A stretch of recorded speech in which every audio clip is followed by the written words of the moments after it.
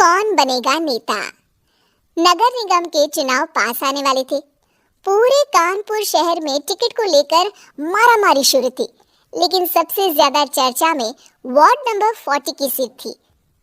वो इसलिए क्योंकि इस बार वहां की सीट महिला के लिए आरक्षित थी। अब सवाल ये था कि चुनाव लड़ेगा कौन। इससे पहले ठाकुर साहब वहां से पार्षद थे और इस बार उन्होंने अपनी पत्नी सीमा ठाकुर को टिकट दिलवाई और ठाकुर साहब की शान के कारण सीमा जी ने 20,000 वोटों से चुनाव जीत लिया। अरे बधाई हो सीमा भाभी, अब तो आप वार्ड की पार्षद बन गई हैं। अब तो हमारे काम आप ही करवाएंगी। अरे ये तो सिर्फ नाम की पार्षद बनी है, वो तो महिला सीट आ गई, वरना पार्षद तो मुझे ही बनना था। अब भले ही चेहरा इसका होगा, लेकिन पावर तो मेरी ही होगी। अरे वाह भाई साहब, क्या दिमाग लगाया है आपने भी। आइए आप लोग, खाना लगा दिया है सबके लिए। सीमा जी पार्षद बन चुकी थी, फिर भी उनकी एक ना चलती। सारे काम ठाकुर साहब खुद ही संभाल लेते और जहां जरूरत पड़ती वहां सीमा जी का अंगूठा लगवा लेते। सीमा जी ज्यादा पढ़ी लिखी भी नहीं थी। एक दिन ठाकुर साहब और सीमा एक प्रोग्राम में जाते हैं। अरे ठाकुर साहब, आप आ गए। ओहो, पार्षद मैडम भी आ गई है। स्वागत है आप दोनों का। लगता है हमारे पार्षद फंड का सही इस्तेमाल हो रहा है। चलिए अब उद्घाटन करते हैं। ये लीजिए ठाकुर साहब कैची, आप ही सबसे पहले प्रवेश कीजिए। सब लोग आगे निकल जाते हैं और सीमा जी पार्षद होने के बावजूद भी पीछे खड़ी रह जाती हैं। वो देखती हैं कि वेलकम बोर्ड पर उनका नाम है, लेकिन महिला होने के कारण कोई उनका सम्मान नहीं कर रहा। अगले दिन एक आदमी उनके घर आता है। अरे ठाकुर साहब नमस्कार। कल ना हम नोटिस किए कि हमारा घर तो अवैध है और नगर निगम वाले उसे तोड़ने आ रहे हैं। अरे कुछ कीजिए ना ठाकुर साहब। देखो भाई, मैं तो ज्यादा कुछ कर नहीं सकता, पर अगर तुम सबकी जेब गर्म कर दो तो कुछ हो सकता है। कुल मिलाकर 4 लाख लगेंगे। अरे 4 लाख ठाकुर साहब? अरे भाई, मैं अपने लिए नहीं मांग रहा हूँ।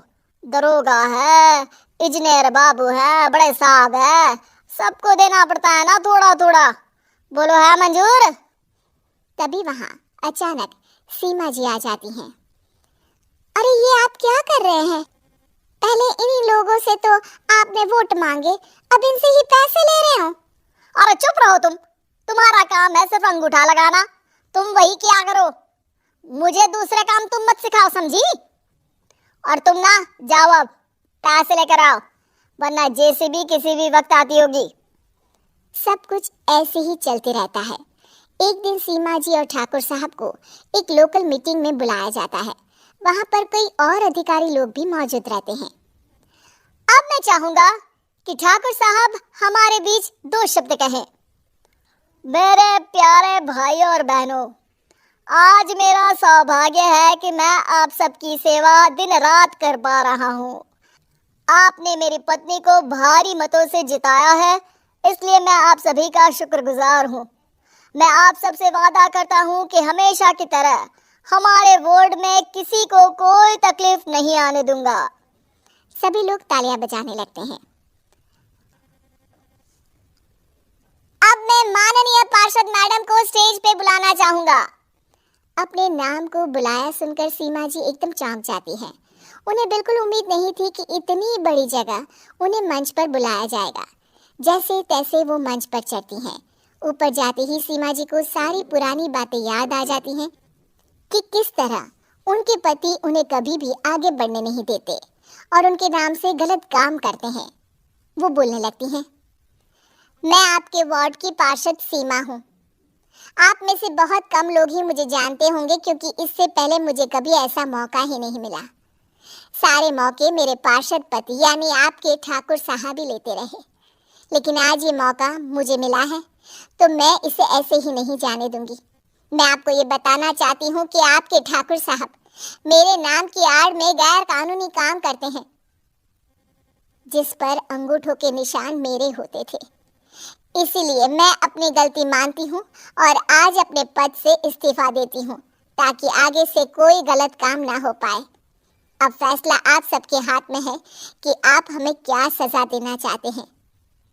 सीमा जी की बातें सुनकर ठाकुर साहब के चेहरे का रंग उड़ जाता है और वो शर्म से मुंह नीचा करके वहां से चले जाते हैं और पद से इस्तीफा देकर ही सही सीमा जी अपने आप में आत्मविश्वास महसूस करती हैं।